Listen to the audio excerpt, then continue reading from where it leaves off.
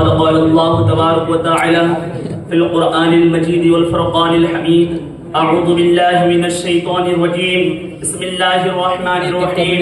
قل إن الموت الذي تفرون منه فإنه ملاقيكم ثم تردون إلى عالم الغيب والشهادة فينبئكم بما كنتم تعملون وقال النبي صلى الله عليه وسلم كن في الدنيا كأنك غريب أو عابر سبيل أو كما قال عليه الصلاة والسلام. محترم حضرات اور برادران اسلام، موت ہر جاندار کے لیے کتنا بھیانک اور کیسا خطرناک لفظ ہے کہ موت سے ہر شخص بھاگتا ہے، بچہ ہو یا جوان، بوڑھا ہو یا بوڑھی، مرد ہو یا عورت، جھوپڑیوں میں رہنے والا ہو یا کوٹھیوں میں، دیہاتوں کا رہنے والا ہو یا شہروں کا، مسافر ہو یا مقیم، موت کی اس طلب کھوٹ کو کوئی پینا گوارا نہیں کرتا، موت کی اس دردناک آواز کو کوئی سننا نہیں چاہتا، مگر اس کے باوجود موت ہر ایک کو آتی ہے. کبھی تو ماں کی گود میں آتی ہے اور ماں کی آرزو کو خاک ملا کر رکھ دیتی ہے، کبھی تو بھرپور جوانی میں آتی ہے اور ہزاروں کی تمناؤں پر پانی پھیر کر رکھ دیتی ہے، اور کبھی بڑھاپے میں آتی ہے. الغرض موت ہر ایک کو آتی ہے، فرق اتنا ہے کہ آج ان کی تو کل ہماری باری. اسی کو اللہ رب العزت قرآن کریم میں اس طرح بیان فرماتے ہیں قل ان الموت الذي تفرون منه فإنه ملاقيكم ثم تردون إلى عالم الغيب والشهادة فينبئكم بما كنتم تعملون. اے نبی فرما دیجئے اس موت سے تم فرار کرتے ہو وہ کہیں ضرور ملے گی اور تمہیں اس مالک کی طرف لوٹنا ہے جو تمہارے ظاہر اور باطن، اندر اور باہر کا علم رکھتا ہے. کل قیامت کا دن ہوگا، اولین و آخرین جمع ہوں گے،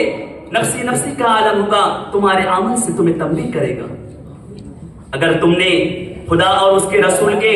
اطاعت و فرما برداری میں زندگی گزاری تو تمہارے نامہ اعمال تمہیں دایاں ہاتھ میں دیا جائے گا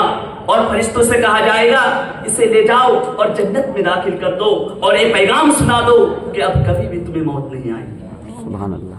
اور اگر تم نے خدا اور اس کے رسول کے قانون کو توڑ کر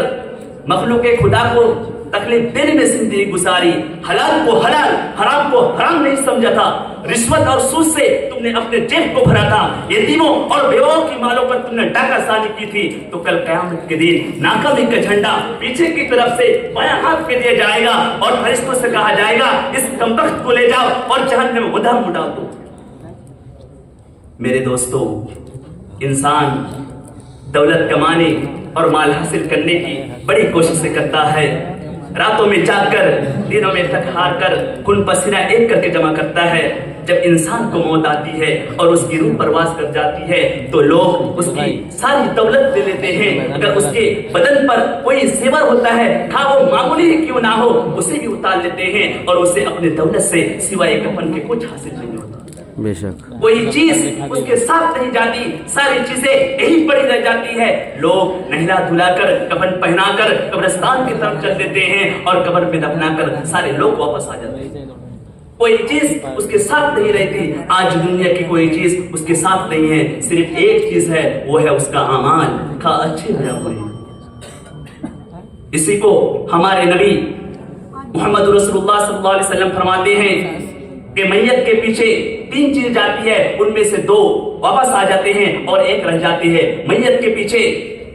اس کی اولاد، اس کا مال، اس کا عمل جاتا ہے، اولاد اور مال واپس آ جاتے ہیں، اس کے ساتھ اس کا عمل رہ جاتا ہے، خواہ اچھے ہو یا برے. سوچنے کا مقام ہے وہ عمل جو قبر کی کٹھن گھڑی میں ہمارے ساتھ کام آنے والا ہے وہ ہمارے پاس کتنا ہے، اور وہ آل و اولاد، وہ مال و متاع جو اس مشکل وقت پہ ہمارے ساتھ کو چھوڑ دیں گے، اس کو ہم جمع کرنے کے کتنے فکر مند ہیں، جمع کرنے کی کیا چیز تھی، جمع ہم کیا کر رہے ہیں. اسی شاعر نے کیا ہی خوب کہا ہے، کیا کیا دنیا سے صاحب مال گئے، نہ دولت ساتھ گئی نہ پھال گئے، پہنچا تو لحد تک آئے سب لوگ، ہمرا اگر گئے تو اعمال گئے.